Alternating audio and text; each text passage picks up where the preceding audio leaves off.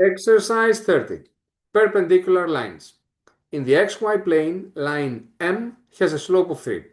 If line N is perpendicular to line M, so we already have a condition, we know that if two lines are perpendicular, then their slopes should be negative reciprocal, which means that since the slope of M is 3, then the slope of L should be negative 1/3.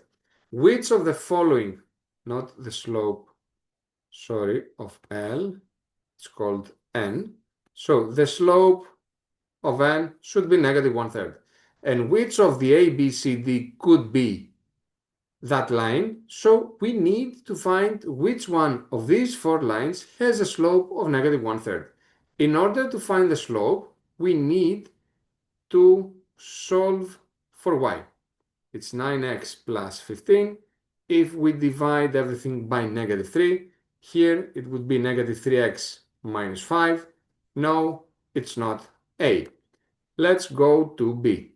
Once again, we need to solve for y.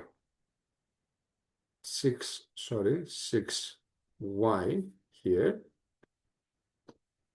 We will divide by negative 6. So that would have been 1/3 x minus 10 over 6. It's not B as well. Let's go to C. 27y is negative 9x plus 45. We divide everything by 27, so this is going to be minus 1/3 x plus 45 over 27. It has to be C because we found the same slope. Let's just check D to make sure that it's not, it doesn't have a slope of negative 1/3 as well.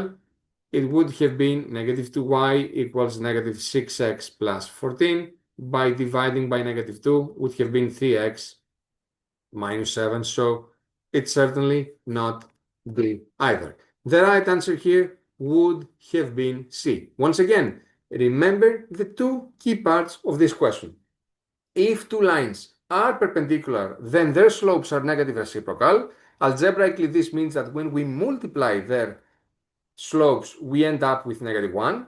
And then, given the standard form or even the general form of a line, in order to calculate its slope, we need to solve it for y.